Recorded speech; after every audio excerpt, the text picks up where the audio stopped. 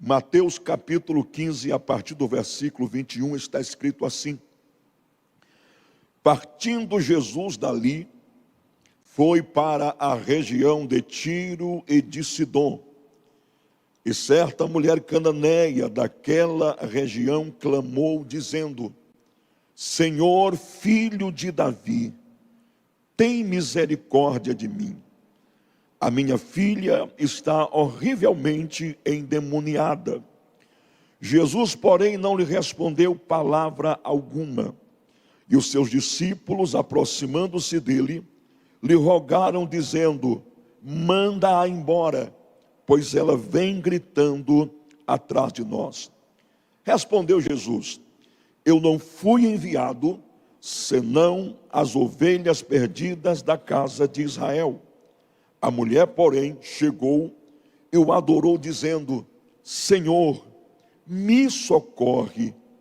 Então Jesus respondeu: não é bom pegar o pão dos filhos e lançá-los aos cachorrinhos.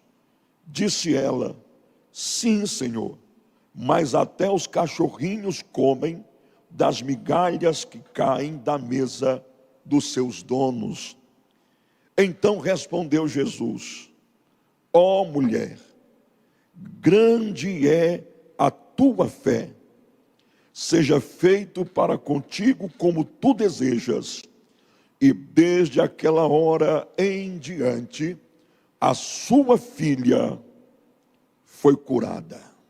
Louvado seja o nome do Senhor. Meus queridos, para esta tarde, a palavra que Deus colocou no meu coração vai girar em torno do seguinte tema: em busca de um milagre. Em busca de um milagre. Esse é o tema da nossa reflexão bíblica neste momento. E eu gostaria que você estivesse atento, porque eu estou crendo que esta tarde será uma tarde de milagres. Será uma tarde de cura, de intervenção e restauração divina na sua vida e na sua família. O texto bíblico que nós acabamos de ler é, sem dúvida, um dos mais conhecidos do Novo Testamento, especialmente dos Evangelhos. Essa história que nós acabamos de ler é contada também pelo evangelista Marcos. O que me chama a atenção nessa história é que o seu contexto vai mostrar que Jesus ele estava indo de Genezaré para a Galileia. E nesta caminhada em que Jesus está empreendendo, acompanhado dos seus discípulos, o texto sagrado me informa que eles vão passar por uma região gentílica, uma região chamada Tiro e Sidom, uma região habitada por pessoas que não conheciam, que não serviam a Deus, por gentios. E o que me chama a atenção nesse momento é que enquanto Jesus vai passando por esta região, tanto ele como os seus discípulos serão surpreendidos por uma mulher. Quem era esta mulher? Percebam que a narrativa de Mateus, como também a de Marcos, não informa ou não identifica nominalmente esta mulher que surge, que aparece neste cenário, que aparece neste episódio. O que Mateus vai dizer sobre ela, em primeiro lugar, é que se tratava de uma cananeia. Já no caso do evangelista Marcos, ele vai chamá-la de Ciro-fenícia. E talvez aqui o que menos importa é a descendência étnica desta mulher. O que deve prender e chamar a nossa atenção é o que ela vai fazer para conquistar o seu milagre. É o que ela vai fazer para pleitear o milagre. Quero, antes de tudo, dizer-lhes que milagre não é mérito humano, que não há nada em mim, que não há nada em você que possamos fazer, que nos faça merecedores de milagres. Porém, quando a gente lê a história ou a dinâmica dos milagres, nós vamos perceber que todos eles passaram por processos, ou seja, quem um dia pleiteou um milagre, quem um dia foi em busca de um milagre, nós vamos perceber que a história bíblica revela que eles tomaram atitudes, que eles adotaram iniciativas, que foram determinantes para que estes milagres acontecessem.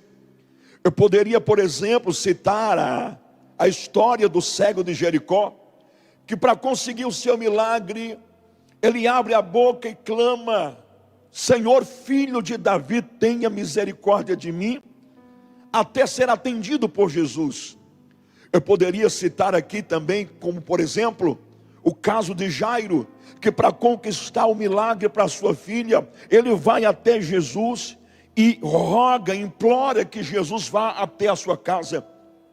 Eu poderia citar também o caso da mulher do fluxo de sangue, que também teve que enfrentar alguns obstáculos e tomar iniciativas para então que o seu milagre acontecesse. E eu poderia falar de tantos outros, mas nesta tarde a minha atenção e a nossa atenção deve se voltar para esta mulher.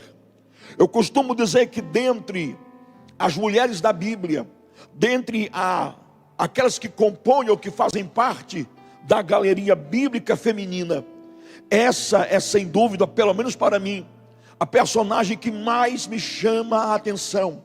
Por quê, pastor? Por causa das suas atitudes, por causa do que ela vai fazer para conquistar o seu milagre. E o que mais me impressiona ainda, diga-se de passagem, é que nós estamos falando de uma mulher que não servia ou que não conhecia a Deus assim como o judeu. Era uma mulher gentia, era uma mulher de costumes pagãos, mas as suas atitudes, as suas iniciativas, o seu comportamento e a sua postura vai me ensinar, vai me dizer como deve ser o comportamento, a postura e a iniciativa de quem pretende alcançar um milagre, de quem precisa de um milagre, de quem precisa da intervenção divina. Se não, vejamos, quando Jesus vai passando pela região, a primeira coisa que me chama a atenção é que esta mulher, ela vai clamar, ela vai gritar. E eu, quando leio esta informação no versículo 22, de que ela clama ou de que ela grita, isso me faz entender a urgência da situação. Isso também aponta para o desespero do momento, para o desespero que acometia, para o desespero que dominava o coração desta mulher. Mas aqui eu também aprendo que quando ela clama, que quando ela grita, ela está tomando uma iniciativa em busca desse milagre. Seria interessante a gente pensar ou verificar que Jesus não estava indo para a região de Tiro e de Sidom para ficar. Jesus estava de passagem, como eu disse ainda há pouco, ele estava indo de Genezaré para a Galileia. E aí ele vai passar por Tiro e Sidom. E esta mulher, quando tem a informação, quando ela recebe a notícia de que Jesus estaria passando na sua região, então ela entende, ela compreende que aquele era o momento, que aquela era a hora, que aquela era a oportunidade que ela tanto precisava, que ela tanto queria para conquistar o seu milagre. Eu queria que você também atentasse para um detalhe, que quando esta mulher surge neste cenário, quando ela aparece gritando, quando ela aparece clamando, ela vem impulsionada, ela vem empurrada por uma situação de desespero, de agonia e de aflição. E esse misto de sentimentos que tomava de conta do coração desta mulher, era por conta de uma outra situação que acometia a sua filha, que dominava a sua filha. Ela tinha uma filha, não se sabe o nome nem a idade, mas o texto deixa claro que esta, digamos, moça ou adolescente, não sabemos, estava acometida ou estava possuída por uma possessão demoníaca. E é por causa desta situação, é por causa deste momento de dor, de agonia e desespero, que esta mulher surge neste cenário. Então ela entende que aquela passagem de Jesus pela região que ela morava, que ela habitava, era a oportunidade que ela queria, era a oportunidade que ela precisava, para que a sua filha fosse alcançada pelo milagre de libertação, para que a sua filha fosse livre das amarras, para que a sua filha fosse livre daquela possessão, daquela influência maligna. E o que é que eu posso aprender com isso, pastor? O que eu posso aprender, o que você pode aprender, querido, é que se nós quisermos alcançar o milagre, se nós quisermos alcançar e sermos alvo da intervenção divina, nós precisamos tomar iniciativas, nós precisamos tomar atitudes. Nós estamos vivendo um tempo muito difícil. Nós temos falado isso aqui por diversas vezes, do panorama atual no qual nós estamos inseridos. É um tempo de dor, é um tempo de desespero, é um tempo de agonia, é um tempo de aflição. E muitos estão trancafiados dentro de casa. Muitos estão enclausurados, dominados pelo medo, pela agonia, pela dor, pelo pânico. E eu sei o quanto é difícil estar vivendo e atravessando por esse momento. Mas me permita dizer que a saída, me permita dizer que a solução para o que você está passando, não é se trancar, não é se enclausurar. E é claro que não estou falando de romper com o isolamento social. Eu estou falando de tomar atitude, eu estou falando de não se entregar, eu estou falando de não se render. Eu não estou falando de abandonar tudo, de desistir de tudo. Eu estou falando de ir a Jesus. Eu estou falando de ir aos pés de Jesus. Eu estou falando de abrir a boca e clamar por Jesus. Porque se tem um tempo em que eu e você precisamos clamar, é esse tempo. Aliás, nunca foi tão necessário, nunca foi tão oportuno abrirmos a boca e clamarmos a Deus e pedimos socorro ao Pai. Louvado seja Deus. Deixa eu te dar uma boa notícia.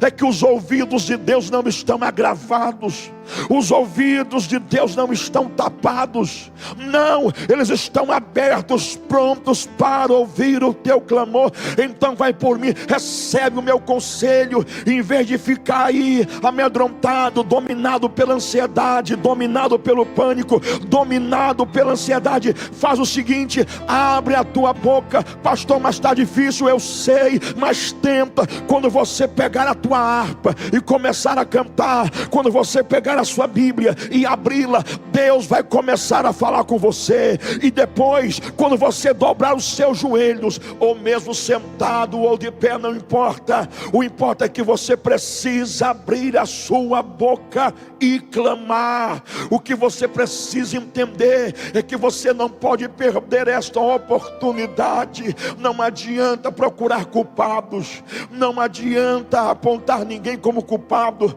não adianta dizer: ah, ninguém vem na minha casa, não adianta dizer: o pastor não me liga, não adianta dizer: os irmãos não sabem como eu estou. Você tem uma boca e você tem dois joelhos, aleluia. Então usa esta boca,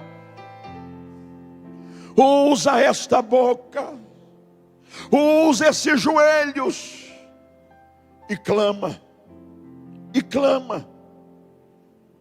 Esta é a primeira atitude que me chama a atenção nesta mulher, é a sua disposição de clamar a Jesus. Em segundo lugar, ela também vai me ensinar a como se aproximar de Jesus. Percebam que apesar de ser uma mulher pagã, apesar de ser uma mulher que desconhecia a verdade de Deus, apesar de ser uma mulher de costumes pagãos, como já disse, ela entende que aquele homem do qual ela está atrás, a quem ela recorre, não era um qualquer. Vejam na sequência do versículo 22 a maneira com que ela se dirige a Jesus. Ela o chama de Senhor, filho de Davi. Senhor, filho de Davi. Louvado seja Deus. O que há de tão importante, pastor, nesse detalhe dessa história? Querido, eu não sei para você, mas nós precisamos aprender a lidar com Jesus. Há muita gente que pensa, ou que quer fazer de Jesus um subalterno. Há muita gente que quer fazer de Jesus um serviçal, alguém que está à mercê das suas vontades e dos seus caprichos.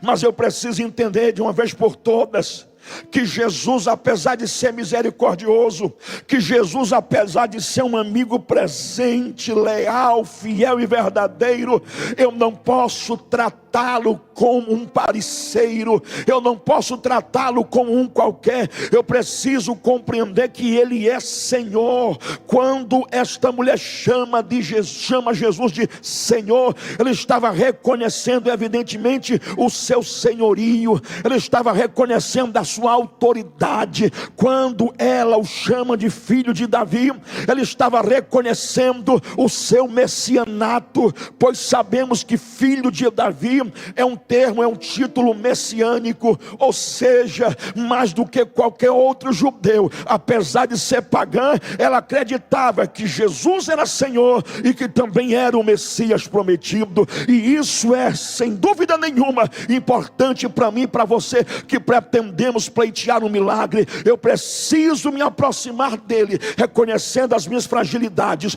reconhecendo as minhas limitações, reconhecendo a minha impotência, reconhecendo a minha incapacidade e reconhecendo que ele é Senhor, ou seja, reconhecendo que o controle está na sua mão, que o domínio está na sua mão, que o poder está na sua mão. Glória a Deus. Em terceiro lugar, o que me chama a atenção também é que, além de tomar a iniciativa de clamar e de se dirigir a Jesus de forma reverente, ela vai demonstrar uma empatia com relação ao problema da filha. Ainda no versículo 22 diz que quando ela clama, ela vai dizer: Senhor, filho de Davi, tenha misericórdia de mim. Tenha misericórdia de mim. Isso é empatia, porque quem estava endemoniado era a filha. Quem estava sofrendo literalmente era a filha. É claro que talvez você possa dizer: pastor, mas era muito fácil para ela se identificar com o sofrimento da filha, já que ela era a mãe. Verdade, eu concordo com você. Mas eu e você precisamos aprender uma coisa nesse tempo tão difícil. Porque milagre não acontece apenas quando há uma intervenção divina. Milagre também acontece quando eu e você nos identificamos com o sofrimento do nosso próximo, estendemos a mão e o ajudamos. Milagre também acontece quando eu me coloco no lugar de quem está sofrendo, quando eu também me coloco no lugar de quem está chorando, quando eu assumo sobre os meus ombros as dores, as agonias de alguém. Isso é empatia. Eu não posso só dizer estamos juntos, eu não posso só dizer vou orar por você e não orar, eu não posso dizer estamos juntos e nunca se preocupar em saber o que está acontecendo. Eu acho lindo isso aqui. A mulher toma para ela as dores da filha e diz: tenha misericórdia de mim. Glória a Deus. Ela está em busca de um milagre. E eu poderia nesta tarde pedir a você que está em casa, que se identificasse com o sofrimento de quem está perto de você. Eu devo estar falando agora para alguém. Eu recebi mensagens ainda há pouco no meu WhatsApp, de pessoas desesperadas, pedindo orações, por familiares, por pessoas próximas, que estão acometidas pela Covid, ou que estão acometidas de outra enfermidade qualquer. E eu pude perceber nas mensagens quanta empatia há nesses pedidos de oração. É disso que eu estou falando. Nós não podemos fechar os olhos e ignorar aquilo que acontece ao nosso redor, porque pode ser eu, pode ser você, precisando da empatia de alguém, da ajuda de alguém. Por isso nesta tarde o Senhor nos convida a exercermos essa empatia, a deixar a nossa sensibilidade, o nosso amor ao próximo falar mais alto, a ponto de levantarmos a mão para o céu e orarmos como esta mulher orou: Senhor, filho de Davi, tenha misericórdia de mim, embora ela estivesse pedindo por sua filha. Seria mais ou menos assim: Senhor, tem misericórdia de mim, cura o meu irmão. Senhor, tem misericórdia de mim, cura o meu irmão, cura a minha irmã. Senhor, tem misericórdia de mim, visita o meu vizinho, visita o meu colega de trabalho. É disso que eu estou falando. Quando a gente se unir, quando a gente quebrar a barreira do individualismo, do exclusivismo, e começarmos a nos identificar uns com os outros no que tange ao sofrimento e agonia desse tempo que nós estamos vivendo, então nós vivenciaremos uma explosão de milagres. Louvado seja Deus. Em quarto lugar, o que também me chama a atenção é que esta mulher, ela tem uma percepção da natureza do problema que a filha enfrenta. Eu acho interessante que ela vai dizer assim: a minha filha está horrivelmente endemoniada. A minha filha está horrivelmente endemoniada. Primeira coisa que me chama a atenção, ela tem discernimento quanto à natureza do problema. Para ela, a filha não estava louca. Para ela, a filha não estava precisando de sessões com psiquiatras. Para ela, a filha não estava precisando de tomar remédios tarja preta. Para ela, a moça estava enfrentando um problema de natureza espiritual e de espiritual maligna. Por isso ela diz: a minha filha está horrivelmente endemoniada. Mas sabe outra coisa que me chama a atenção, ainda dentro desse mesmo detalhe, é que além de discernir a natureza do problema, ela também consegue discernir quem é que pode ajudá-la. Glória a Deus. Ela poderia ter lançado mão dos seus costumes pagãos. Ela poderia ter, digamos, invocado seus deuses.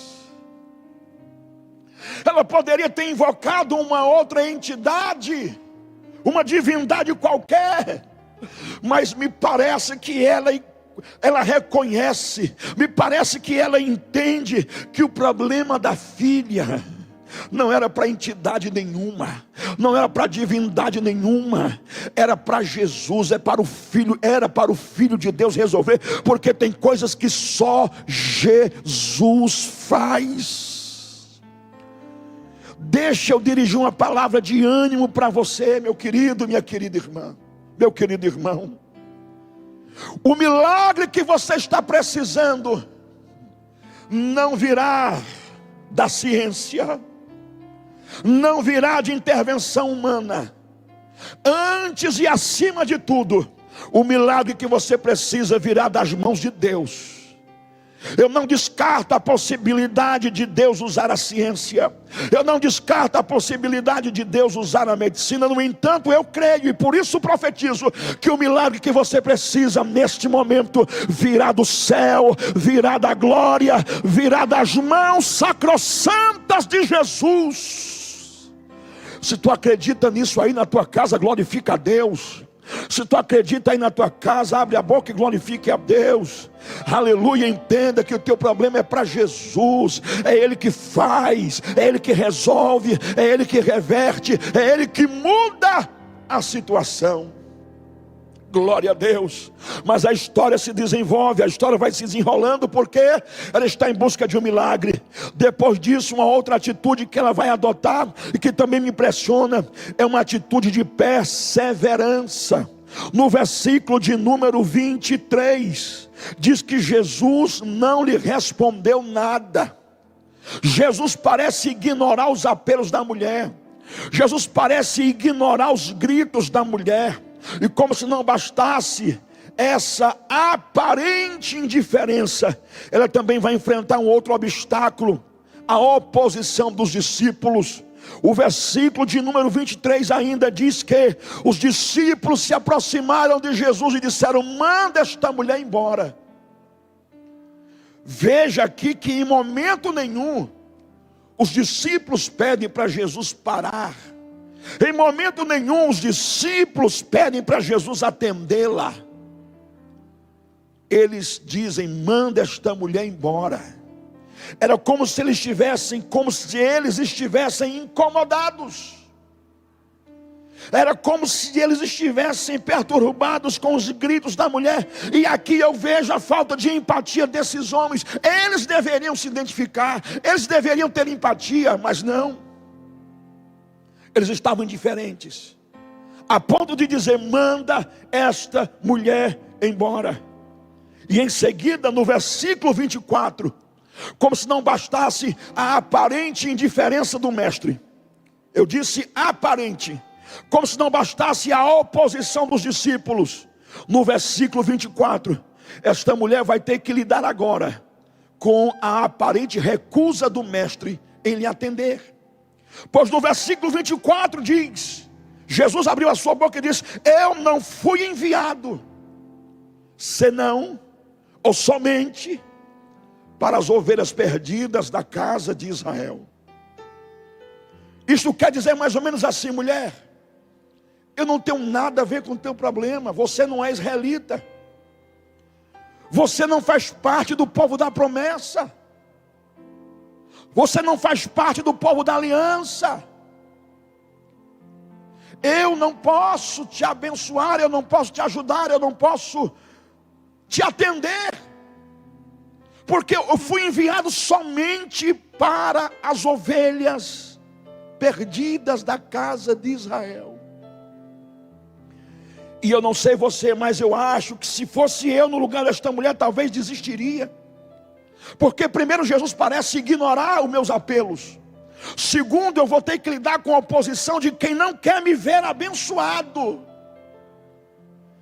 E terceiro, talvez o pior de todos os obstáculos seja esta aparente recusa do mestre em querer lhe atender.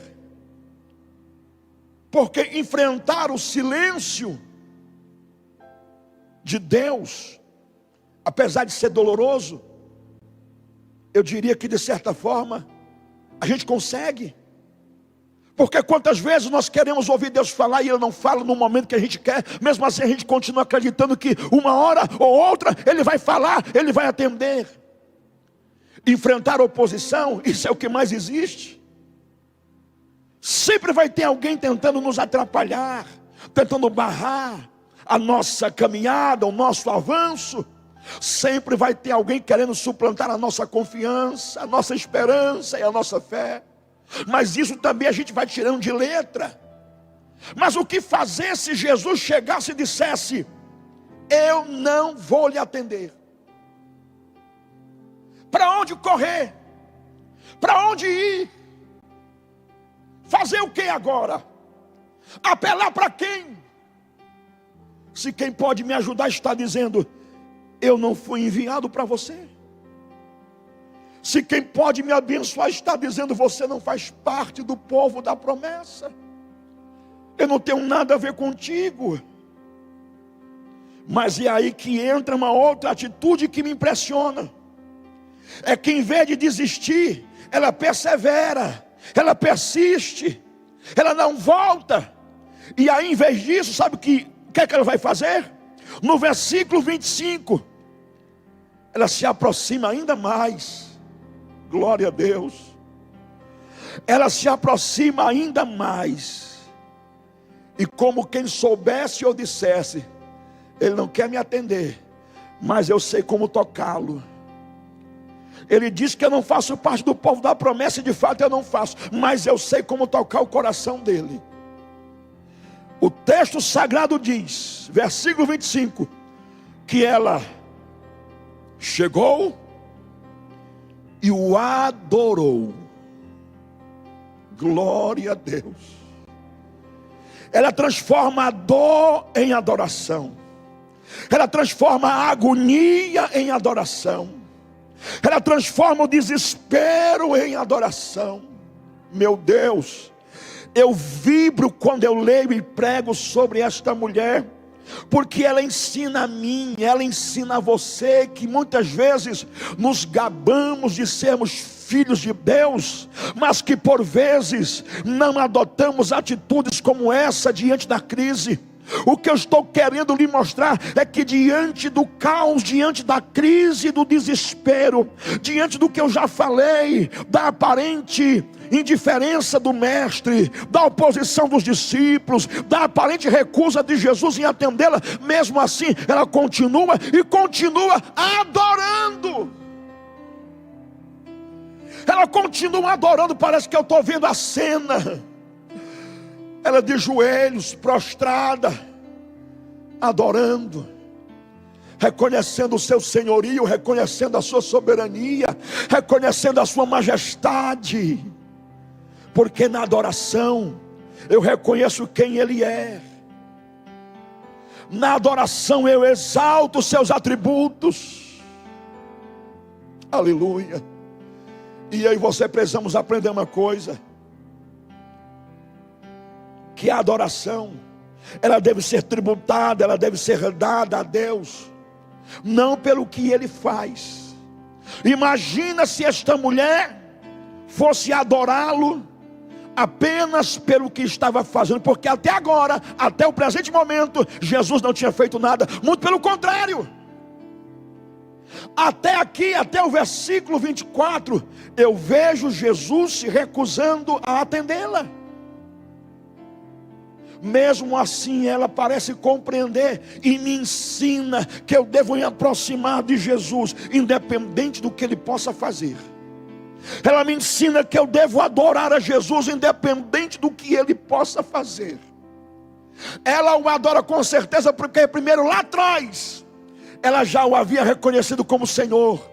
Ela adora porque primeiro lá atrás ela o havia reconhecido como Filho de Deus, como Messias. Então ela entende que independente do que Ele faça, ela o adora. Ela o adora. Deixa eu te dizer algo da parte de Deus aqui neste momento. Eu sei que está difícil. Não pense que eu estou pregando ignorando a sua dor. Não pense que eu estou pregando ignorando a sua aflição e o seu desespero. Porque assim como você, eu também tenho sentimentos, tenho meus temores, eu tenho os meus medos e as minhas aflições.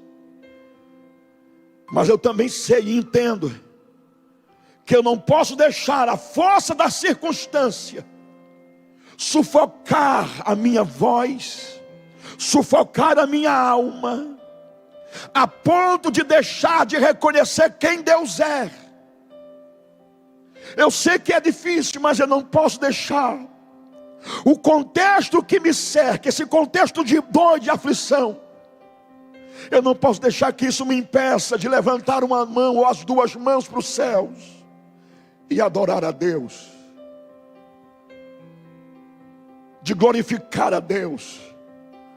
Eu lhe afirmo com toda certeza do meu coração e da minha alma, que quando você começar a adorar, quando você começar a levantar as mãos, ainda que cansadas e sem forças, quando você começar a abrir a boca e soltar aos poucos esta voz embargada, entalada pela dor e pela aflição, e começar a proferir palavras de adoração a Deus, eu te garanto que você vai ver o céu se abrindo e a glória de Deus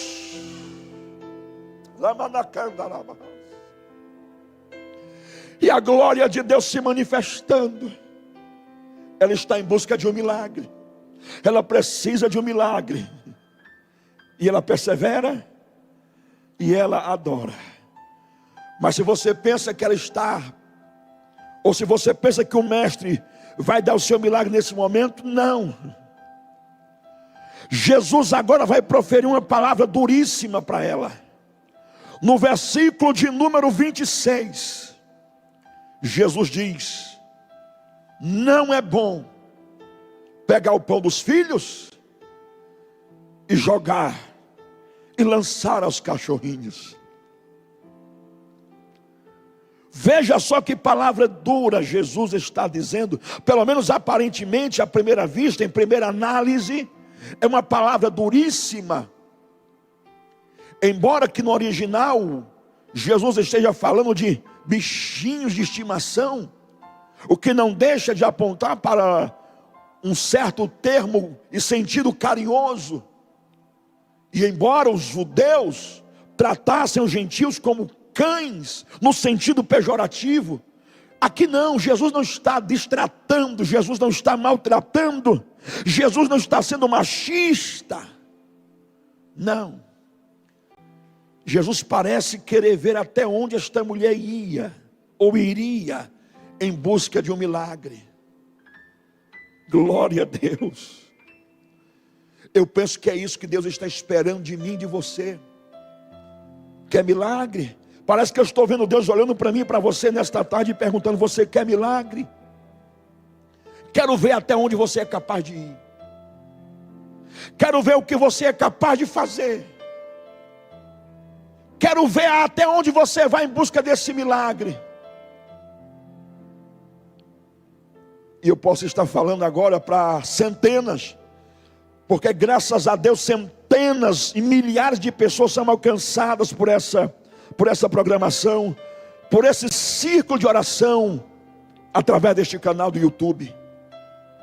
E eu sei que eu estou falando agora para centenas ou milhares de pessoas que precisam ouvir o que eu vou dizer agora.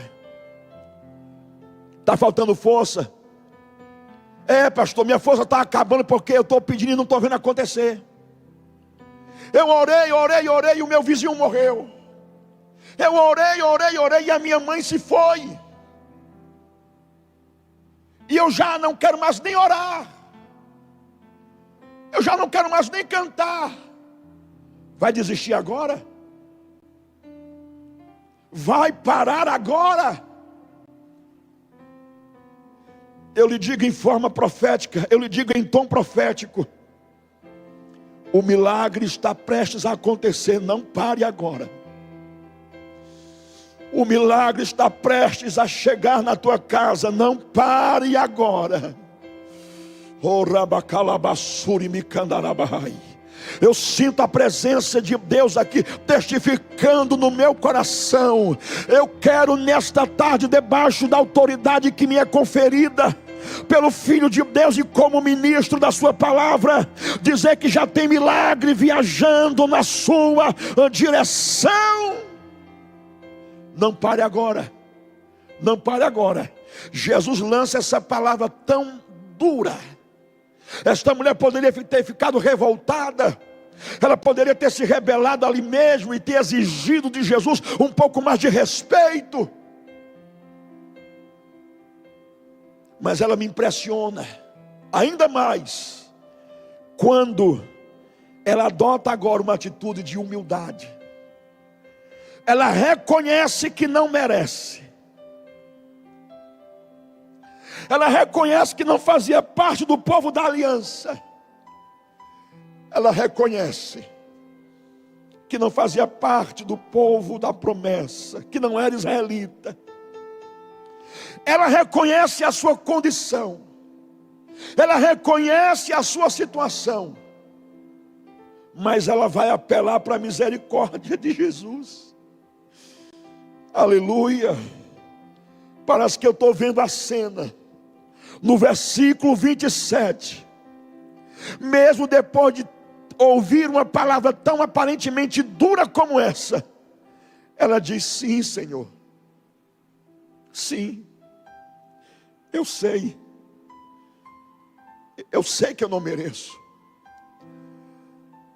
mas eu queria que o Senhor soubesse que até os cachorrinhos, eles comem das migalhas que caem da mesa. Sabe o que é que eu entendo aqui? Não sei você, mas era como se essa mulher estivesse dizendo: Senhor, eu não quero um pão inteiro, eu não quero um banquete, eu não quero um jantar, Eu me conformo com as migalhazinhas da tua misericórdia. Eu me conformo com as migalhas da tua graça. Eu me conformo com um pouco que vier de ti. Tudo que eu preciso, seja em que dimensão for, seja que tamanho for, seja na quantidade que for, mas se vier de ti, é suficiente para alimentar a minha alma. É suficiente para arrancar do meu peito essa angústia, essa dor e essa aflição. Ela diz: até os cachorrinhos comem das migalhas que caem da mesa de seus donos. Humildade é a palavra, humildade aqui é o segredo para quem quer receber o seu milagre. Aí você não podemos nunca, absolutamente nunca, chegar diante de Deus reivindicando. Não, porque Senhor é Ele, nós somos servos. Nunca chegue reivindicando, nunca chegue impondo o que Ele tem que fazer e como Ele tem que fazer. Com certeza a melhor atitude vai ser essa: Senhor, eu sei que eu não mereço, mas eu vou ficar aqui debaixo da mesa, esperando as migalhazinhas da graça, esperando as migalhazinhas da tua misericórdia cair, porque o que vier de ti é suficiente para fortalecer a minha alma. O que vier de ti é suficiente para fortalecer o meu coração. Jesus ficou tão impressionado, Jesus ficou tão impactado, tão tocado por essa atitude. No versículo de número 28, olha como Jesus vai reagir ao que esta mulher havia acabado de falar. Ó mulher, grande é a tua fé, seja feito para contigo como tu desejas. E desde aquela hora em diante a sua filha ficou curada. Me permitam aqui contextualizar ou parafrasear, não sei, mas eu imagino esse momento exatamente assim: mulher, a tua fé é muito grande, eu nunca vi nada igual. Pode ir para casa, vá. Imagino a mulher dizer: Senhor, mas o Senhor não vai lá em casa não orar pela minha filha? Não precisa, pode ir. Mas Senhor, eu queria que o Senhor fosse comigo, a minha filha está endemoniada, eu preciso que o Senhor coloque a mão na cabeça dela. Pode ir. Já tem milagre na tua casa. Já tem milagre na tua casa.